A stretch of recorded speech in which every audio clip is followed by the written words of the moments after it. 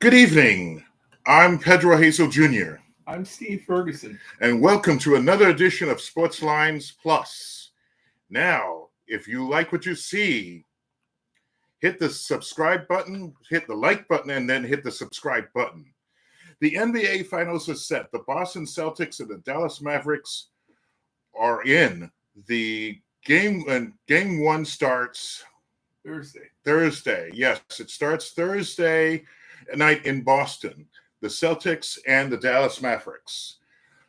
The Celtics swept the Indiana Pacers in the Eastern Conference Final 4-0, while the Mavs prevailed over the Minnesota Timberwolves 4-1 in the Western Conference Finals. Steve, what is your take on this series? This is a very interesting series to me for a lot of reasons. What you have is a team like Boston who has 6 sharpshooters. By that I mean you have the 2 stars, you have Tatum and Brown, and then this bench that this team has and starters, Horford, Kobe White, Pritchard.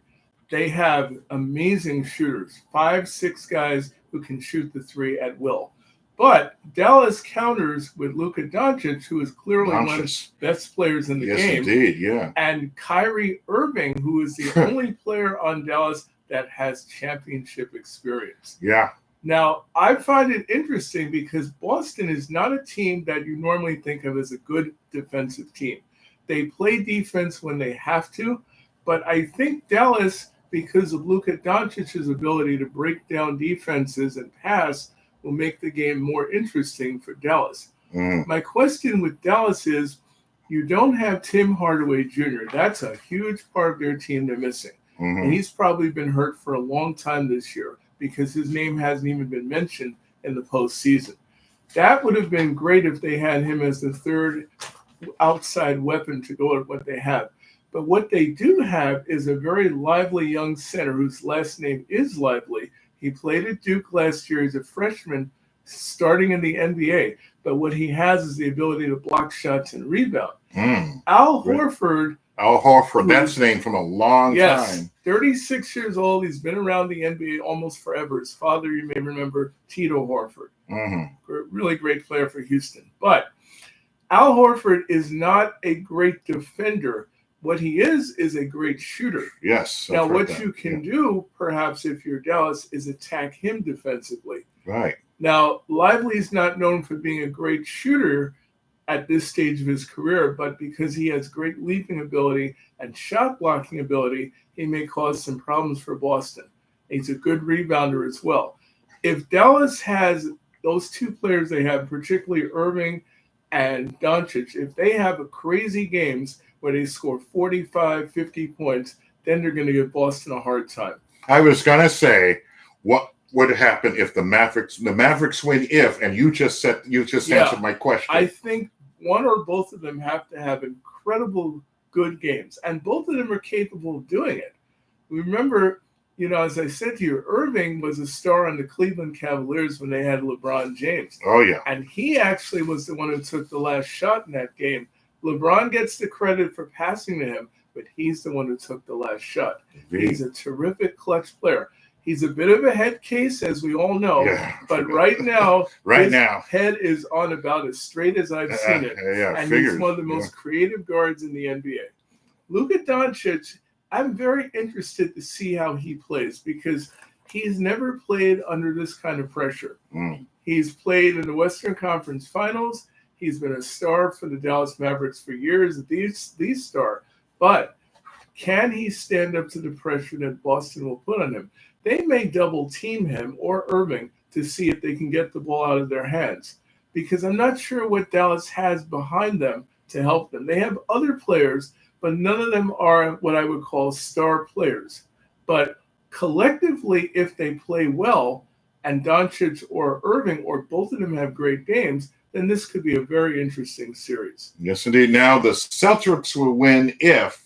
The Celtics will win on 2 reasons. Number one, and I just remembered one of the other reasons, if they get Kristaps Porzingis back. Oh, yes, Porzingis. He was a very important part of the team. If you remember him playing for the Knicks. Yes, I definitely do. They should have never gotten rid of. No, he is the 6th sharpshooter on this team. Yeah. And he can nail the jumper from the outside, especially right down the middle of the court. So if he's back in the lineup to go with what are all the other stars they have who are shooters, they probably will win the series in maybe 5 games, I think. But if Dallas doesn't have to deal with him and they can find a way to neutralize Tatum and Brown a little bit, then we're looking at maybe a 6-game series. I still think Boston will win, not so much because they're a great defensive team, which they are not, but what they will do it on is their experience. This is the first time Dallas has been back to any sort of NBA final in a lot of years. We're talking over 10 years.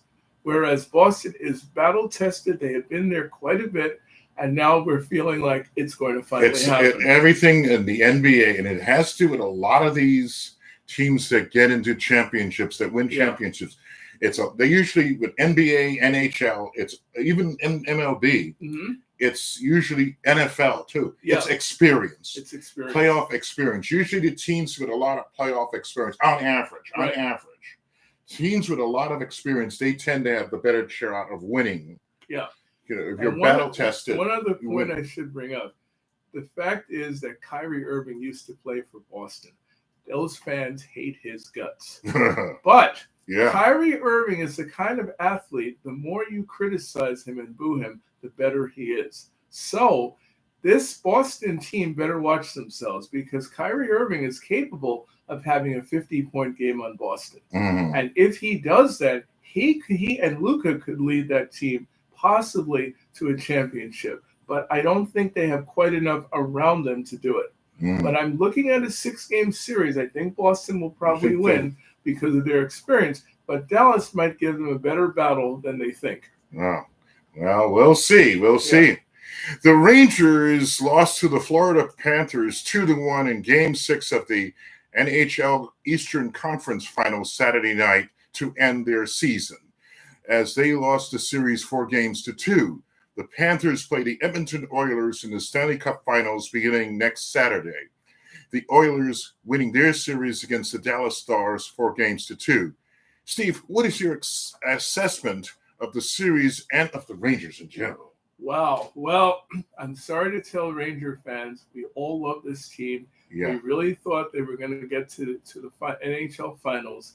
But we ran into the one team in the Eastern Conference that was a little better than us, and that's Florida. Yeah. I hate Florida's guts as much as all the rest of you. But there are a couple of things the Rangers are lacking that will not get them all the way to the top. The first thing that I realized was their scorers, most of them were ineffective in this series, particularly Artemi Panarin, who only scored 1 goal, and that was the last goal the Rangers scored in the entire series. 1 goal. One goal. And he's one and that was the last goal. Go figure. The last goal they got in the series. Go figure. You look at their team, you figure they've got Kreider, Panarin, Zibanejad, Lafreniere. They're a very talented team. But I think the Rangers are lacking a little more physical toughness.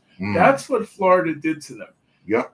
Florida, every game I saw of this series, they outshot the Rangers. Oh, yeah. And they slammed them into the boards, and they checked them, and they forechecked them. They never let the Rangers have any breathing room. Yeah. I mean, they were very, very tough. Physical. Extremely physical. Now, we thought Carolina was good, and they are. But this team plays at an even higher level physically. Now, you mentioned that the Rangers were not very – they were kind of like, I don't want to say, for lack of a better word, mamby-pamby, but they weren't, let's say they weren't very aggressive. Well, that's what I'm thinking, and I'll put it another way. This is a term that a lot of sports fans hate, but it applies to the Rangers. They played too soft in this series. You play a team like this, you have to give them everything back they gave to you. When I watched this team and the way they manhandled the Rangers, the way they checked them into the boards, the way they double-teamed them on shots, they never gave the Rangers a chance to breathe. The Rangers need to have first 2 things, a little more physical toughness, number 1. Number 2, they may need to get a different kind of scorer. You see the kind of scorer Florida has, Paul Reinhart, case in point. 57 goals, but he's not a finesse player. He's a tough SOB on the ice. I think the Rangers are lacking that toughness. We have the goaltender. We probably have the best goaltender in the NHL in Igor Shesterkin. The sad part is they didn't put enough effort behind it. Yeah. Number two, with the Rangers, and this has been their history ever since maybe the 60s, 70s. I started watching them in the 70s. They always seemed, when they have a lead, not to put the hammer down on teams. Mm-hmm. I've criticized them for years for that, whereas you look at the Islanders in New York, and when they have a lead, most of the time the game is over. Yep. The Rangers have a way of letting teams back into games when they have a lead, and they had a couple of them in this series. I think at one Florida point, series. Yeah, one point they were up 2-0. I remember. I think it was maybe game 2 or 3 at the Garden, and they have a way of just not putting the hammer down on teams.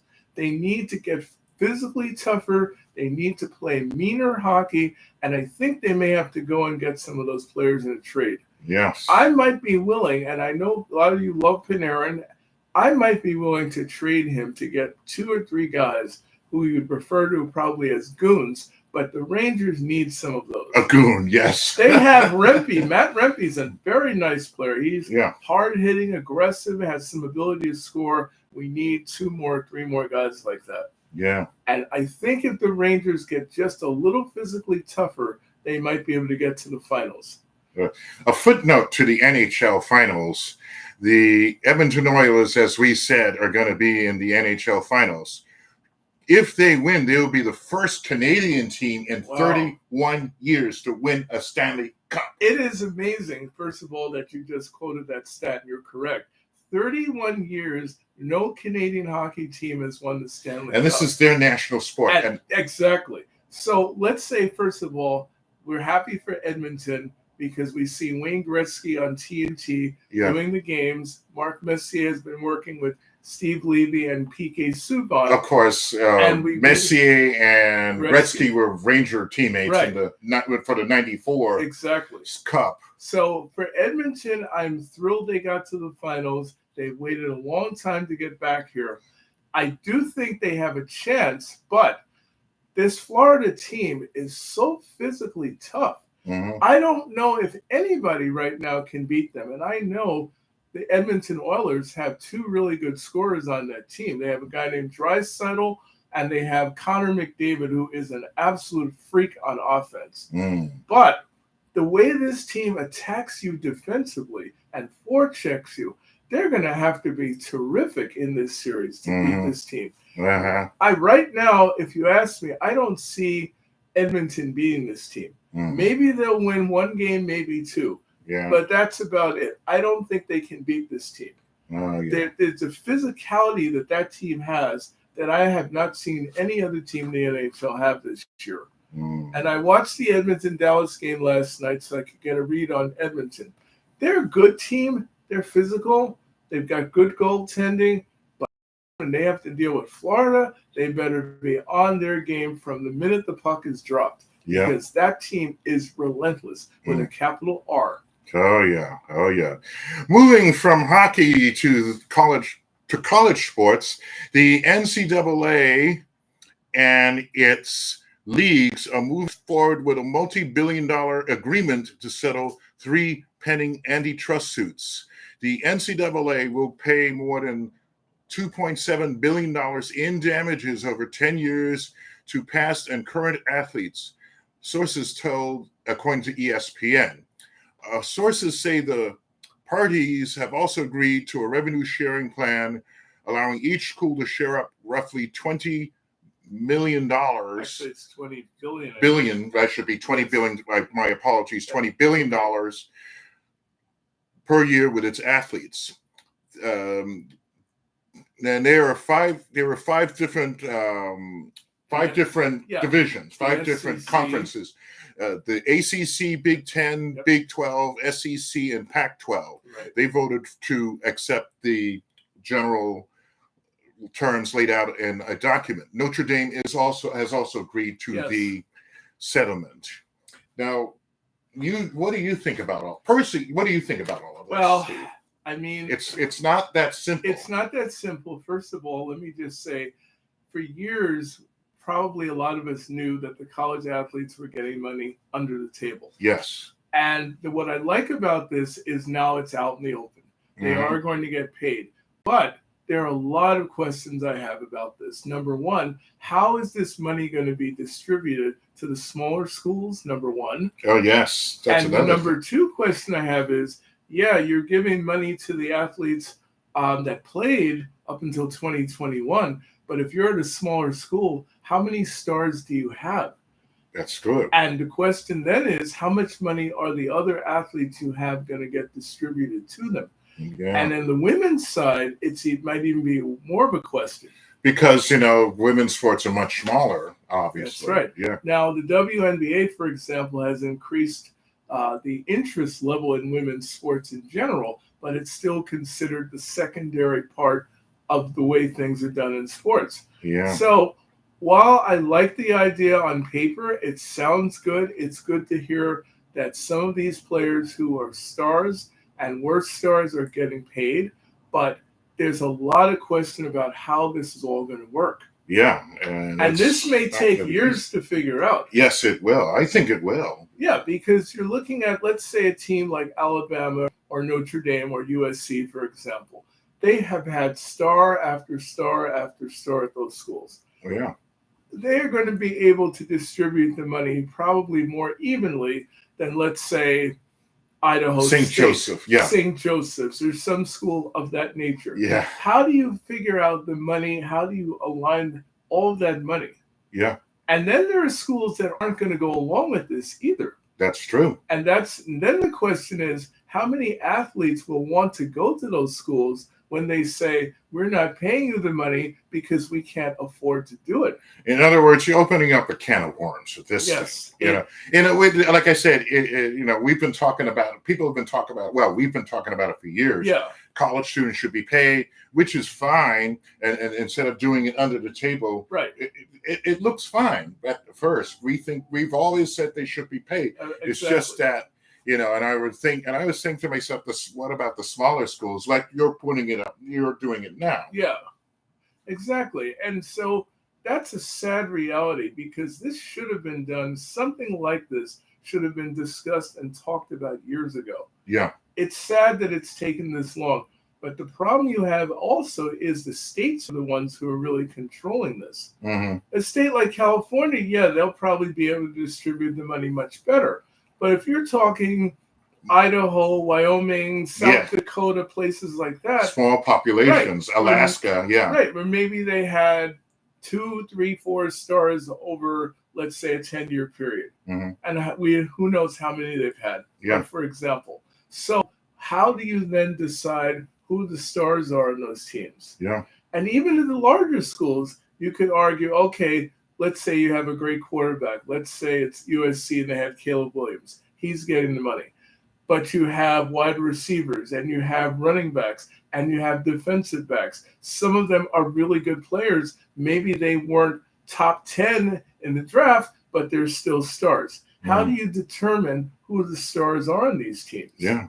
And if we're talking 2021, that's 3 years ago. Yes. And how far back do you go? Mm-hmm. Can you go back 5 years with this? Can you go back 10 years with this? Because I think there will be other people who will say, wait a minute, I was a star at this team in 2016. Why am I not getting included in this? So it's a very slippery slope. It's like the Pandora's box has now been opened. Oh, yeah. And to figure out how this is all going to be allocated, I'm glad I don't have to do it. But it's going to be very tricky and very interesting to see what the NCAA does with this. Yes, indeed. Yes, indeed. Anyway, for Steve Ferguson and myself, Pedro Hazel Jr., we're saying goodnight. And if you like what you see, hit the like button and the subscribe button. Anyway, good night and see you in 2 weeks. Good night, everybody.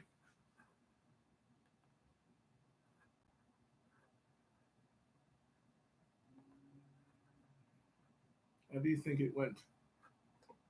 I like the fact that there was